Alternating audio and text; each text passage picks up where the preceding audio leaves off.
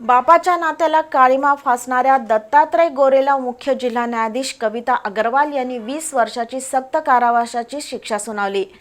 सावत्रबाब दत्ता गोरेनं 2013 ते 2019 सालापर्यंत पीडितेची आई आणि कुटुंबांना ठार मारण्याची धमकी देत तिच्यावर राधानगरी तालुक्यात सातत्याने अत्याचार केले होते। आजच्या निर्णयाने त्या पीडितेला न्याय मिळाला। करवी तालुक्यातील पश्चिमेकडील गावात दत्तात्रय गोरे हा पत्नी मुलींसह राहत होता। त्याच्या दुसऱ्या पत्नीच्या मुलीवर वाईट नजर होती। 2013 पासून ते 27 जून 2019 अखेर त्यानं पीडितेच्या असहाय्यतेचा आणि अज्ञानाचा गैरफायदा घेऊन पीडितेच्या आईला ठार मारण्याची आणि जीव देण्याची धमकी देत मुलीवर वेळोवेळी अत्याचार केला। अखेर पीडितेच्या आईच्या तक्रारीवरून दत्तात्रय गोरे विरोधात राधानगरी पोलिसात गुन्हा दाखल झाला होता।